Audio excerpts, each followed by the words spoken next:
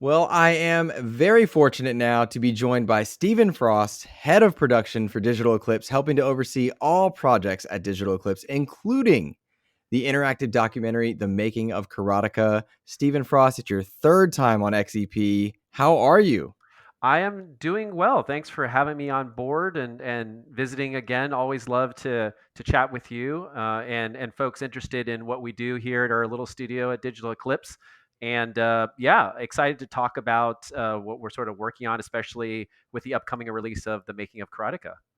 It's super exciting. I will encourage every listener, if you're unfamiliar with Digital Eclipse's pantheon of work, they've created collections for Mega Man, Street Fighter, the Cowabunga collection, which of course, a special place in my heart for all the reasons. And most recently released, prior to the making of Karateka, the Atari 50th anniversary. Right? Yeah, that was a biggie. Yeah, that was one of our big titles for last year. Cowabunga and Atari 50 were the two biggies from last year for sure. Yeah, that's so cool, and I know we're gonna touch on it, but what you guys are now doing with the Gold series is something pretty darn special, I think. So I'm anxious to talk about that. But the making of Karateka, can I tell you, Stephen, that in researching this, I found myself reverting to Jordan Mechner's old pronunciation of Karateka, and Oh I had yeah. to practice the intro to make sure I didn't. What do you call it? I think it just depends on the day. Like there'll be words that I say differently depending on what day it is and stuff like that. I guess I just call it karateka, even though it's if you want to do the phonetic Japanese, karateka or whatever. But I just end up calling it karateka because that's the one that I used to say all the time previously. Mm-hmm. And but it is kind of funny that everyone sort of has its have their unique spin on that, and even one of the videos in the collection is sort of like this kind of funny thing where everyone's pronouncing it, eight different ways, which is Mm-hmm. which is pretty funny. But anyway, I think you probably have to kind of stick with Jordan's kind of since he made it originally. Mm-hmm. I guess his is the correct one theoretically. It reminded me of back when I learned that Ryu's name was actually Oh, Ryu. And yes, now I say Ryu, but I yes. had to relearn it because games back in the day, magazines, you know. Yeah, I mean it's the Japanese thing. It sort of makes sense, and most people are not used to the Japanese pronunciation of stuff, right? And how it's designed, and so there are tons of situations like that. And even it's one of those things where we've discovered, as we worked on projects in the past, we may be so used to calling something a specific way, and even though we know it's incorrect, it's so ingrained, right, in your Mm-hmm. brain and your tongue that you just end up sticking with it anyway. Mm-hmm. It's cool because I think that's what game preservation projects like what you guys do. They teach us and they educate us in the best ways. And you guys are again famous for a number of collections. You know, the most recent ones I cited, but you're doing something different with the making of Karateka in this interactive documentary. Can you tell me a little bit about that? Sure. So you can kind of see the genesis for this out of Atari 50, obviously. And how it began is when we first entered into the project for Atari and working with Atari, we were thinking about like how do we present this in an interesting and engaging way that isn't sort of a rehash of the other collections that have sort of come out previously in various forms and platforms. Atari is obviously always been releasing either hardware or collections or releases throughout the year. So it's sort of nothing new, and we wanted to make sure that we somehow differentiated ourselves from that because we didn't nothing against those sort of releases, but they kind of have a bunch of games there. They have a little bit of behind the scenes content.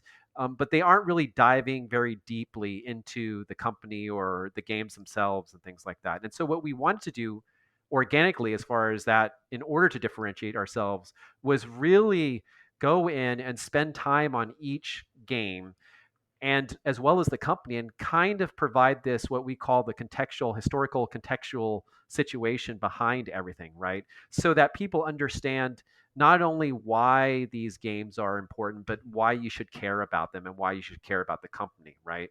I Mm-hmm. kind of always say that these collections, even Cowabunga collection, Street Fighter, they all initially rely on nostalgia, right? The Hmm. nostalgia of fans, people who've played the games before. But the problem, the challenge with relying on nostalgia is that your pool of people just keeps shrinking, right? Mm, Nostalgia doesn't necessarily expand because it relies on people who enjoyed it in some form or another from the original time. So you get this situation where if you just rely on that, then your community and your fan base kind of continues to shrink over the years because there aren't any new people coming on board. And how you can kind of offset that and how you can try to get more people engaged is that you teach them about it, right? You kind of go back and you point out why these things are important and what, the thinking was when they were developed and how they kind of influence everything that sort of comes after it, right? And when you do that, people, it kind of clicks because they may not have been there for the original game, but they could probably see echoes of it in the games that they're playing now. And so now they can put the two and two together and it makes sense. And then because of that, they get a newfound appreciation for the content, and maybe you've got another fan of Atari or whatever for life, right? So you hmm you got a plus one there. So we kind of took that idea, and there are so many, as everyone always gives us suggestions, there are so many different developers and IPs and properties that we personally as a company want to talk about more and dive into, right? hmm But intrinsically they aren't big enough, or the IPs are not owned by big companies and things like that. And so it's harder for those things to occur. And so when we sat down and we were thinking, planning out for the next few years, like what do we want to do as the company, right? We want to publish some of the stuff. What direction do we want to head in?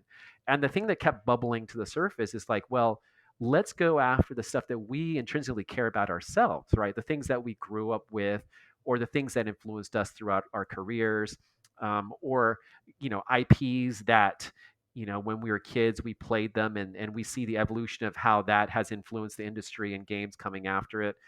And so it's a more intimate approach to it. Like we wanted to bring the scale down a bit, and we wanted to kind of focus more on specific games or specific developers, individual developers, and less about like larger companies and things like hmm that. So this sort of more intimate approach, that's one thing. Second, it's the whole idea of working with the actual people directly on this stuff, right? They are generally the holders of the behind the scenes content. They obviously are the people who worked on the games. And so they are this vast resource of information and experience that we can tap into and pull out and make this a very kind of one-on-one sort of experience with consumers. And the message doesn't have to go from them to us to you. It goes from them to you almost to a degree, right? hmm So the idea was like, let's make this more intimate. Let's go after properties that we hold dear, and let's kind of educate people and bring into the fold people who may not have grown up on these things, but they're important enough to share with them and get them interested in it. So that was sort of the impetus and sort of the beginning, the genesis, if you will, of that. And then, we already had the framework from Atari, and so we kind of took that as sort of as the foundation. Trimmed the fat off, if you will, and kind of tightened things up a bit, and made the focus more of a smaller scope, and kind of went from there. So I think that's how it all started, basically. It's such a cool journey, at least for me as a gamer. I mean, I was born in '85, and Hmm. so I didn't have access to games right away. So I jumped in to NES era during the Right. SNES era, A lot of right? people, yeah. And missed parts, pieces, and finances kept things from happening. And so that meant I had this really fractured view of the gaming industry. Yeah. And I think that's what these collections allow consumers like me to do, is go back and see what it was like. And with Atari, uh, I heard stories from the people that were involved. Right. And now the making of Karateka, I confess openly, I'd never even heard of Karateka. Right. Didn't know Jordan Mechner's name, which for any Right. listener, Jordan Mechner, cool story for how he made that. I'll let you share that part. But people would know him from Prince of Persia. And then suddenly, in getting that icon point of Prince of Persia, much easier for me to grasp what was going on. Why the making of Karateka here? Like, why this one? Um, it was a weird, like, you always have these. situations where you have this list, and we have this perpetual list of stuff that we want to work on, or properties that we always want to do something with. And Karateka and Jordan are always this, they're always on the list. They're sort of amazing experience. A lot of us like grew up playing Karateka. It was a sort of a pivotal experience and sort of defining experience as far as what video games could be. And so it's always been on this list of stuff. And I think that combined with the epiphany that, like, Jordan likes to write down a lot of the stuff that he works on, right? He does journals.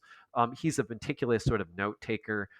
And, he released not only a karate book, but he also did a Prince of Persia one. And it's just so interesting to read those books and kind of see his thought process, at a young age even, and Mhm. sort of why he made the decisions he did, how those decisions kind of impacted what you see on the screen, and then the involvement of like his family, his dad, in the Mhm. creation of it, and other family members, and it's kind of this heartwarming kind of journey, and sort of like even the fact that he went to college, but he wasn't really into college, and he wanted to make games, and his dad was kind of supportive of it. I mean, not directly, but just kind of like, hey, if this is what you want to do, Mhm. go ahead and do this. And so it's like the personal story that people can relate to, right? Many Mhm. people have like come up in this world dreaming of making video games and just like, I want to make video games, but how do I do that? And so his story is relatable very much in that way. And you can go through and see his growth of what he did originally with like Deathbounce, which never got sort of released, and then eventually coming to Karateka, and then how the Karateka versions kind of expanded out to different platforms and continued on, and the evolution to Prince of Persia eventually, and things like that. And so I think being able to tell that story on a one-to-one basis where you're like, yeah, I can relate to this, right? It's almost a movie in a way. Mhm. But it's an interactive component, which is the amazing thing. And really the thing is, which is crazy, it's like, the best medium to tell a video game documentary is a video game, really, right? Because you need that interactive component. You need to be able to have access to the different types of assets that you would, whether it's looking at rotating a packaging and looking at like a floppy disk, or videos, or images of ads, or the actual games themselves, but then being able to jump in and play it and jump back out. That's, I think, the key component of this. It's really like this museum exhibit, and I kind of said this in relation to Atari a bit too, but really the same sort of example applies, where like you go into a museum and maybe there's an exhibit about dinosaurs, right? Mhm. And but there's no set path that you need to do in order to digest the information. Maybe on the left there's like a video playing, on the right there's some sort of interactive kiosk, there's some images of dinosaurs on the wall and things like that, and you as a person can choose to go through there in any way you want to that interests you personally, right? And so I think why this interactive documentary kind of design works is because everything is quick and snappy. You can jump around to the things that you want to do. You want to watch the videos, go watch all the videos. If you want to play the games, you can do that, or bounce back and forth, read about a game, play it, read about some sort of aspect of the game development, and then learn more about it in an interactive manner. I think that sort of digestible format really works well and allows you to like retain and jump around and keep your interests going for a longer period of time versus some sort of direct kind of thing that we said, okay, you got to go for A, B, C, D, Mhm. E, right? It's free form. And I think that's what helps people to stay engaged and interested in the subject matter. I think you're absolutely right. I also think Jordan Mechner is just the prime candidate to release this type of a project, Mhm. given the meticulous notes, which I'm sure listeners will learn. But like he started that at 17. Yeah, it's crazy. Yeah, he just started writing everything down. It's hilarious sometimes the things that he's writing down, but sometimes they're so poignant and so impactful when you reflect back on them, and it really does give this insight into him growing up, right?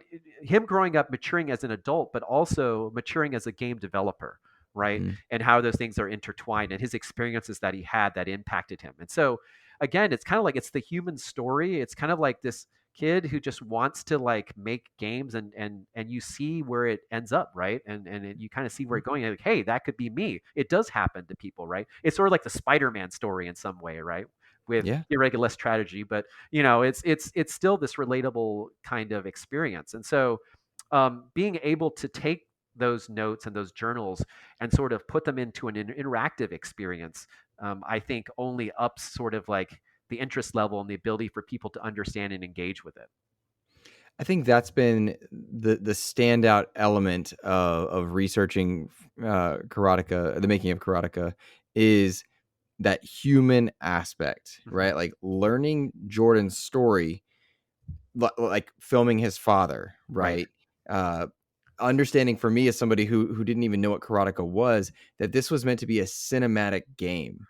Yeah. They did, he did. It's not motion capture, goodness gracious, but he filmed somebody and then pixel Yeah, I filmed matched his it. dad basically in a gi, and we actually have the footage of that, and you can actually see the whole process of the sort of the rotoscoping aspect, which is basically he got out the camera and he's filming his dad running in a gi. I think it was his sister's gi. I'm trying to remember, but sitting and just doing these sort of live action movements, climbing on stuff, running and stopping, and then he took the footage and he basically hand drew over it using this device that we kind of explain in the sort of the project, and you can actually see the stages of it. So there's actually a component of the timeline where you can go in and you can remove the different layers from the initial video to him like drawing it to the end product, and so you can see that actual evolution in an interactive sense and see the work involved in making that happen. And that's such a key thing for this game in relation to like being able to portray the realistic movement. So we really wanted to make sure that players understood that process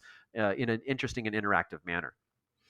And I know if anybody that's watching on YouTube, you're seeing the trailer run next to Steven and I. But if you're an audio listener, this is pre Mortal Kombat. This is Apple II Right. era stuff, Very early. which very very early and ahead of its time, perhaps. Oh, for sure. I mean, I don't think anyone was really thinking along those lines, right? Like you try to hand animate stuff as best you can, looking at maybe reference, but the whole concept of actually doing this early. And it's funny because later on, we did a collection for Disney with Aladdin, and using their whole Digicel technique, which is similar, where they're using the animations and drawing them in and bringing them into the game. It's almost like a natural evolution of what Jordan was doing with real life, right? And so Mhm. it's kind of interesting where that journey has gone, but it is like an interesting sort of process, and it is sort of the precursor to motion capture to some degree, right? You don't have the balls and the fancy cameras, Mhm. but really fundamentally it is taking the data from motion and trying to recapture that in a digital sense, right? You have to think how visionary the mind has to be at that time to Yeah. think that's what I'm going to do, and the meticulous nature and time that is involved in doing that. Yeah, it's those people where like, that's what separates certain people from others, right? Some people will they'll hit a wall or limitation. They're just like, okay, I guess that's it. I'll just work within the limitations. But some people like Jordan say like, I'm not happy with that limitation. I need to come up with some way to sort of overcome it, right? And Mhm. that's where you get those sparks of genius, and that's when you get these experiences in these games that are more memorable and sort of, will last throughout history, right? The Another cool part that I think might be lost on people, it's called the Making of Karateka, and it's about the process and whatnot. But included in it, you said games earlier, and you were talking about Deathbounce prototypes, Yes. things that were never released. Could you talk about that? Because it's so cool. Right. So we always try to include things that never saw the light of day in any of our collection whenever it makes sense and things like that, or creating updated versions of it, or kind of fixing bugs or issues that developers didn't get to. But in some cases like this, obviously, when you're starting out and you're making games and things like that, not everything you're not immediately making that hit, right? You're experimenting and doing stuff, and Deathbounce was sort of this shooter experience that was his sort of first foray into this whole thing before kind of Karateka came to fruition. And it sort of never panned out, but it's still a fun still a fun experience. And we wanted to kind of provide an homage to that. So actually, a couple of engineers worked on and created a sort of redone version of that game, and kind of like fixing some of the stuff up and extending it and things like that, and making it more of a modern kind of experience or an homage, if you will, kind of like what we did with our Atari 50 with our Mhm. sort of reimagined games. We Mhm. kind of did that with this to sort of modernize it fix some of the issues with it, and at least allow people to kind of play it in a modern context, and then Mhm. kind of see like where what that experience was like, and if do they like it, and where did it go from there. So we include that stuff. We also include a variety of different, there's Karateka prototypes, right? Like early versions of things that he tried to do.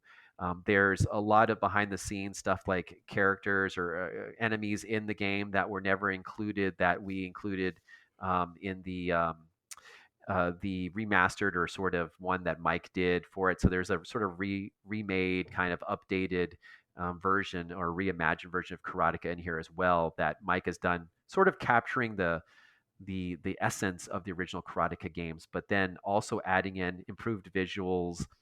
There's some gameplay mechanics that Jordan talked about but never implemented that we implemented into that. And so you Mhm. can kind of see that evolution. And that's the thing with us. It's kind of like not only showing where the game, like where Jordan got his start and kind of went to Karateka, but also us as game developers too, like taking and seeing what Jordan has done and say, like, how would we represent that? Like, if we were making that experience, how would we sort of do it while still giving sort of respect to the kind of limitations and sort of areas of importance that Jordan felt when he was making this stuff too. And that's where these remastered kind of reimagined games come from. So this Making Karateka kind of goes, like I said, starts with like Deathbounce, kind of progresses through in those prototypes and our reimagined version of that, the Karateka sort of prototypes up into the Apple II version, which is the key one that he made. The alternate versions that came sort of after that, after the dramatic success of Karateka, and then Mike's sort of remastered Karateka as the end cap for it all. So you got the whole gamut of that experience. That's so cool. And you're talking about Mike Mika, president at Digital Eclipse? Yeah, Micah. Yeah, Micah. Yep. I say Mika, and see, that's one of those things. It's Ryu Yeah. Ryu. I did it. I Yeah. did Yeah. it. Yeah. No Okay. problem. Yep. It's cool. It's Micah. Yep. And the work that he did in kind of building that feels reminiscent to me of when you and I last talked with Jeremy Williams about Vector Mhm. Sector. Right. Very similar process, Yeah. or in So premise, maybe. yeah, I mean, to a degree, it's sort of like I think it's probably closer to what Mike did in Atari 50 with Yar's Revenge, because the thing about Yar's Revenge is that the game is running underneath it, right? This is not exactly the same with Karateka, but Yar's it's running underneath, and we put a fresh coat of paint and stuff, but it follows the rules and core gameplay of the original Yar's. So Karateka does that to a degree, but like Mike tried to remove sort of some of the hardware limitations. He's like, if we were to make a Karateka game now with sort of the same idea, and following some of the limitations of the look of it and the colors and things like that, what would that look like, right? And so, things are more fluid. The backgrounds are more beautiful and detailed. And like I said, there's some gameplay mechanics that Jordan never got in that Mike was able to get in. And so it's kind of this ultimate version of Karateka, right? With a fresh coat of paint on it. But Hmm. underneath that, really, Mike tried to obey a lot of the stuff that Jordan was limited by as well. So that it's not just this out of context remake of Karateka, right? There's a lot of thought that went into it, like why did Jordan do it this way? Let's do it this way, right? And things Mm. like that. Um, we also do, along with that, like quality of life stuff, as we always do. One of the things that we kind of added is, before it used to be a direction, like when you did your attacks, we kind of added a little bit of Street Fighter multi-button component to it that you Mhm. can switch on for some of the karatekas. And what that allows you to do is like now there's an attack per button versus having to do a direction down or up with the button. So it becomes a little bit like Street Fighter where there's a specific attack that goes along with each of the buttons. So you can actually turn that on for some of the versions of the Karateka games and try a little bit of a different experience if you want to. That's really cool. The dealing with hardware limitations in previous collections, you'll do really cool perks like remove slowdown Hmm. or stop flickering, right? In different, Mega Man. I think if you did it in Cowabunga. Right. Um, is that what you mean by quality of life? And how is the Apple II different? Right. So yes, some of that stuff is definitely quality of life stuff. We try to. It's kind of this hard line because you try to add quality of life improvements that make the experience better, but don't necessarily impact what the original goals of the game were per se, Mhm. as much as possible. So, when they're developing, in most cases, while some people utilize the flicker and limitations of the NES hardware in order to be able to do certain things, um, there's no need to have that in modern day, right? There's no need to have Mhm. the sprite flicker. And so we'll Right. fix that because the experience is more enjoyable with the flicker off. We Mhm. kind of view it that way too.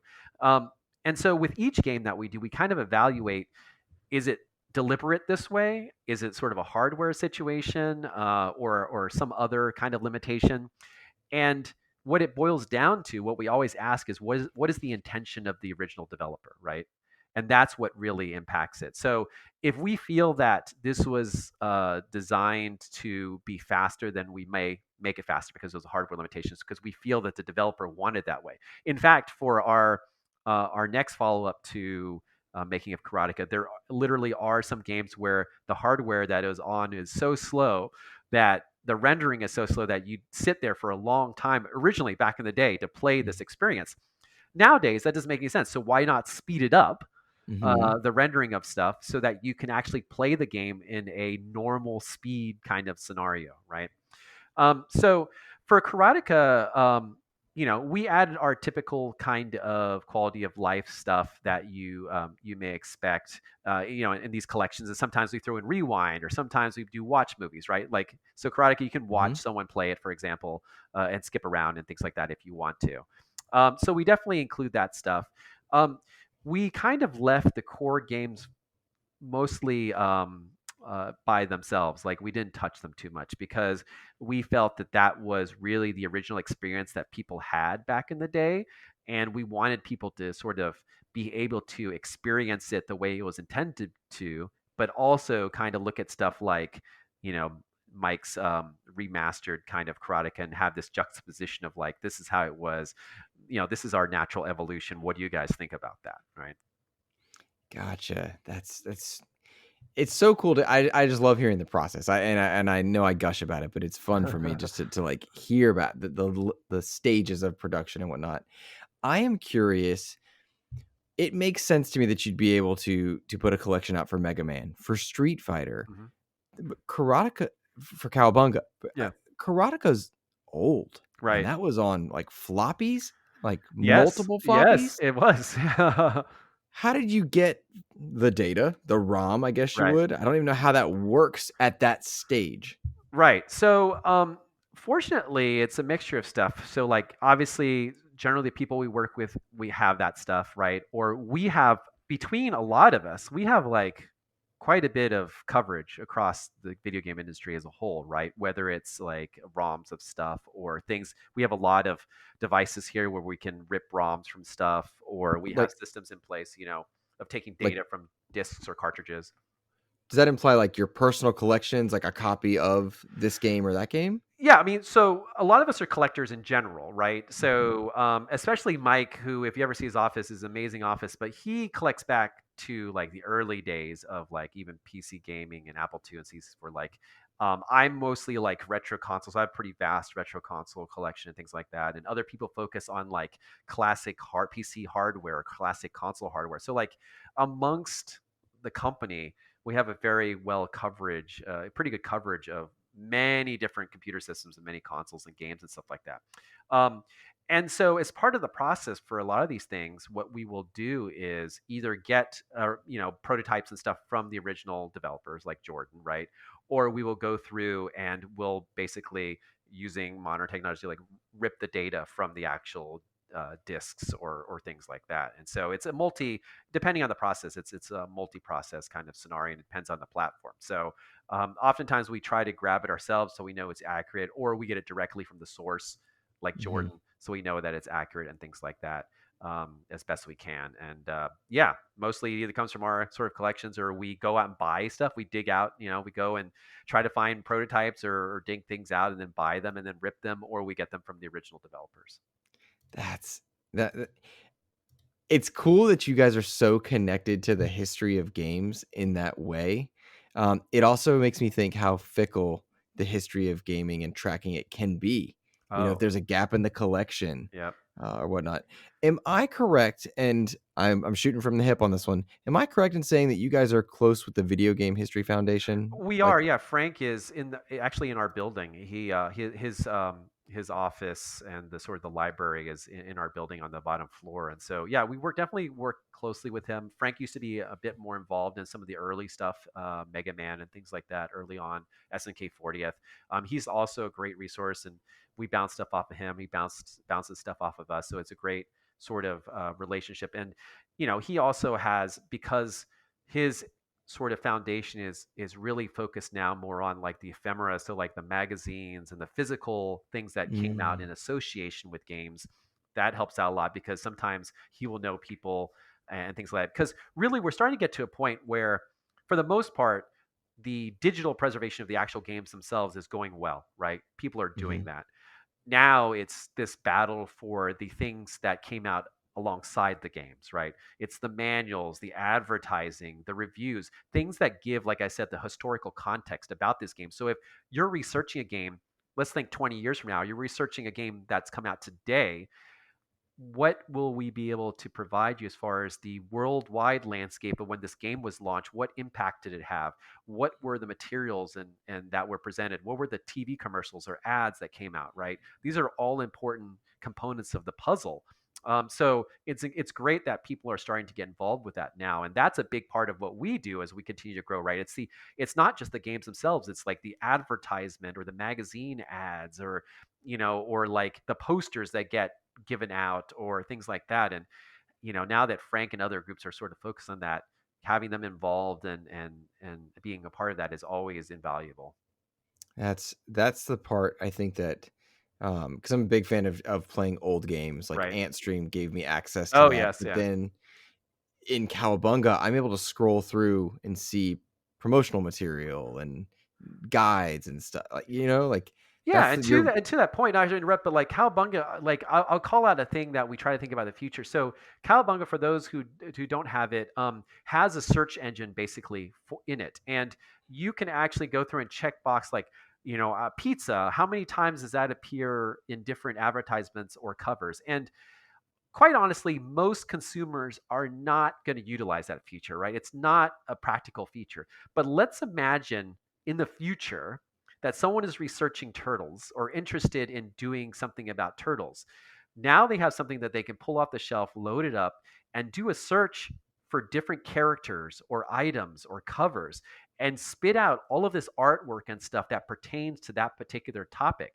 So we're trying to think ahead in relation to this stuff as well. And even though it might not be something that a consumer, like consumers, like, why would I search for a pizza or the turtle blimp, right? How many times it shows up? Like that doesn't really interest me. But it's for the future, really, and like maybe becomes a valuable resource for Turtles fans or people who are talking about Turtles in the future, where they can refer to this collection and search up stuff and find out some things that maybe they didn't know before. is that kind of the goal with the Gold series now, or is that a parallel goal? It's sort of a joint goal. Like the thing about the Gold Master series is twofold. It's like it's sort of like allowing us to build out or get these emulations or emulators in our collection that we can utilize for the future as well. So that's part of it, right? And the way that we build this stuff is theoretically allows us to, like, when future platforms come out, the being able to transition and get this stuff running on those platforms becomes easier and easier and easier. At least that's the noble goal, right? Because we kind of view it from the standpoint that in the movie industry, every time there's a new type of technology, you'll get like the Casablancas, the Godfathers, like those movies always come out again, right? There isn't a Mhm, generation where those movies don't come out again because they're such important movies. But you don't really see that a lot in video games, right? The defining games throughout history don't get reissued very much, mhm. right? Yeah. So we want to plan for that sort of future, and our whole sort of engine layer and things like that is built on the whole philosophy that, like, we can, paying it forward, we can, for future generations and future consoles, be able to like take the Making of Karateka and launch it and release it on another system very easily in the future, right? 5 years from now, 7 years from now, and things like Mhm. that. So that's sort of our dream. But really, in ideally, what it is that you have this collection on your shelf, just like their Criterion movies, and they're Mhm. defining sort of developers, defining sort of games that you kind of look back on and pull off the shelf and use as like either a reference or just something that's an educational tool or something to sort of reminisce about and things like that. But hopefully, when we're done with this, and hopefully this series goes on for a long period of time, but it becomes this collection of like defining experiences and defining games and developers that spans the length of the video game industry, right? And are the people's, the IPs and the games that have left an impact on where things came from and where they're going. That's that is so needed in gaming, that it makes me I feel like you guys are setting a standard, and I hope other companies jump on board. I don't know of a lot of companies that are working to that effect. Yeah, it's a tough one. I think why we do it, like we were talking to a company previously and we were showing them some of the stuff we work on and they kind of said, wow, what you do can't be really replicated. And I think why it's hard for people to replicate it, there's two reasons I feel. The first one is that we have a lot of people with an editorial background who work at this Mhm, company. So our editorial team, like Chris Kohler, Dan Emmerich, they come from editorial background. Mike Micah came from an editorial background. I came from an editorial background. Our biz dev guy came from editorial background. And while we have gone different routes and we've also done game development stuff like that, our early years really were based on writing, ingesting game information and writing about games and sharing that with people. And that's mhm, really what the interactive documentary series is to a degree.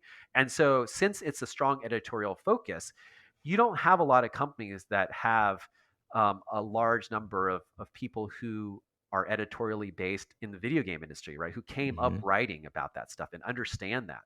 So that's number one.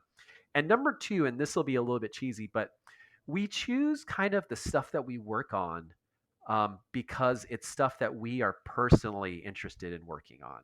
The team mhm, members are interested in working on. And I think the difference between like what we're doing here and other companies, and this is not always the case, but just my experience is that like, on certain properties or certain games, people work on it, it's their job, but they're not passionate about it, right? They will mhm, do the best to their ability, but they aren't going to do 110% organically or anything along those lines.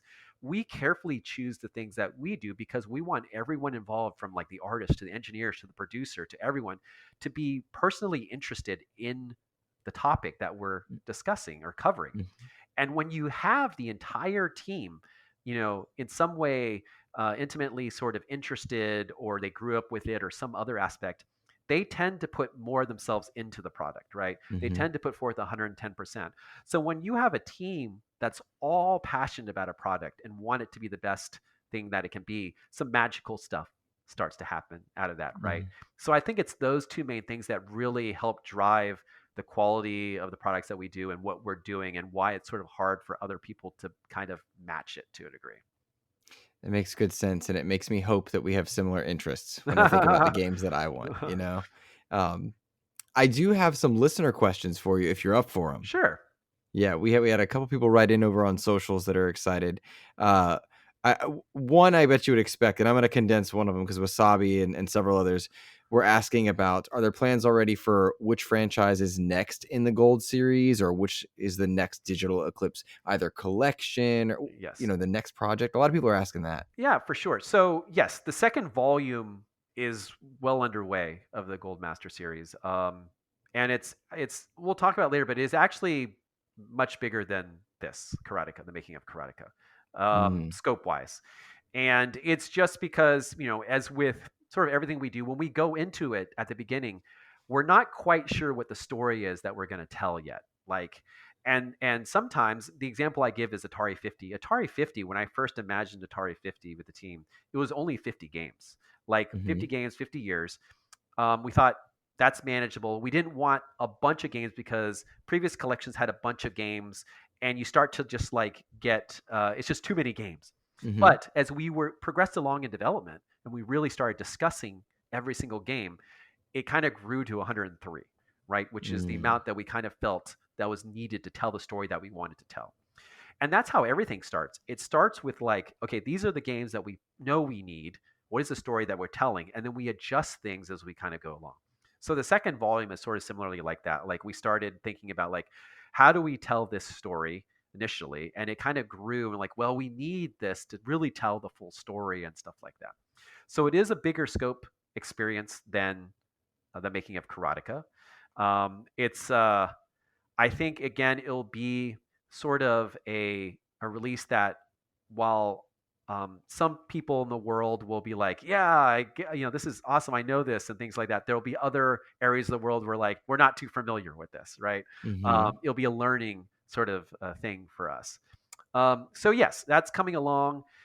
We don't have information on a release date, but it is trucking along very well, and I expect that we will be sharing info about that in the coming months after sort of Karateka is out and we've given it some breathing room and things like that. And the team has some time to relax and rest for a little bit before Hmm. jumping on. But yes, it is decided. And we're also thinking about 3 and 4, right? What those might be and things like that. Hmm. So we definitely have some ideas. There's no shortage of ideas. It's more about like, do the dominoes line up in the right way? Can we get the rights to stuff? Are people available and things like that? So definitely thinking ahead, but yes, the second one is definitely locked and almost ready to go. That is super exciting. How long does it take to I feel like this is subjective, but how long does it take to put together a project? Like Cowabunga versus Atari versus Gold Series 1, 2? Yeah, it really depends because sometimes the actual development process is not that long, but there's a lot of time spent on finding stuff like the Mhm, prototypes. You spend months like the behind the scenes like advertisements and photos and things. That's a ton of time. Legal clearances, mhm, all this stuff. It's like this sort of like the things that no one really cares about out there in the world as a consumer's perspective, but you may spend months and months and months searching for this stuff, right? Um, so it can really depend. It can be 8 months, a year, year and a half. Like it really sort of depends on just the scope of it and how fast things are coming in. If we need to go out and find people to talk to. If we're looking for a prototype, we may spend a long time because we like this prototype or this version of the game is very important. We need to track it mhm, down. That may take some time too. Um, hmm. but I think the bulk of the development time obviously is really as more and more assets get added to this stuff. We have hundreds and hundreds of assets that get into these sort of releases. There's a lot of time spent cleaning it up, right? We don't always get advertisements in the best condition or Sure. anything, right? Photos. So there's a lot of time spent in restoring stuff, cleaning it up. Again, it's things people don't necessarily think about, but there's a ton of time that's spent just removing creases and cleaning it up and removing coffee stains and stuff like that. So a ton of the development time is spent on art related stuff for sure. That's interesting, and again, so many people seem to be excited for like, okay, after Karate, what's next? Because I think they just have this passion for Sure. it. Um, how much this is a dumb question, but how much travel do you guys have to do for this? So it depends, like on the project. Like sometimes we'll fly places, we'll go to museums to scan stuff. Sometimes in the United States, right? Fortunately, there's a few different museums now that are focused or have sections of them focused on video games that really have a good job of storing content. Jordan himself has donated quite a lot of his stuff to different museums, and so we've Mhm, flown there to like scan them, right? So we'll go for a week or two and just scan everything and get it back. So it really depends. It depends on if people have stuff and they can send it to us digitally. If we have to go to a museum somewhere. Sometimes it's extreme, like SNK 40th. There's a game that, as an example, to extreme. Never had its. It was one of the first digitized audio games. It has actually a voice playing at the beginning, and it's never been replicated right in any sort of format. And hmm, so we wanted to get it right, but that board is so old. At that time, it was 40 years old. Now it's much older than that. mhm. And we had to fly to Japan and go to this small town outside of Tokyo to track down this person who has the board in his collection and convince him to send it to us here in Emeryville so that we can try to sample the audio. And so it's sometimes it's flying all the way to Japan. We've done that multiple times, flying over to Europe, flying to places in the United States. It really just depends on the product and um, if the people that we're working with have the content or not, because it's I always equate it to the Indiana Jones sort of archaeological exploration, right? Sometimes you got to find like who was the PR person who worked there at this time, who may have the press releases, or who was in marketing, and trying to reach Mhm. out to these people. Most often than not, a lot of times because we're in California, people are local. It's been great, or in down in SoCal and things like that. But yeah, sometimes we do at least once or twice during a project. We generally end up flying somewhere to scan stuff or find stuff or talk with people. Or in this case, Chris Kohler, the editorial director here, he flew to actually show the release to Jordan Mechner and his dad in their house, and that was sort of an emotional experience too. Just be able to show them what we've been working on and see their reaction to it and things like that. So they're really, I think, happy with it. I think they're really proud of how it all came together. So, and that's our goal, right? Not only do we want consumers to be, when they buy it, to feel that it's valuable and fun and educational, but obviously the people and the partners we work with, at the end of the Mhm. day, we want them to be proud of what we've done as well, and that we're trying to share their story, right?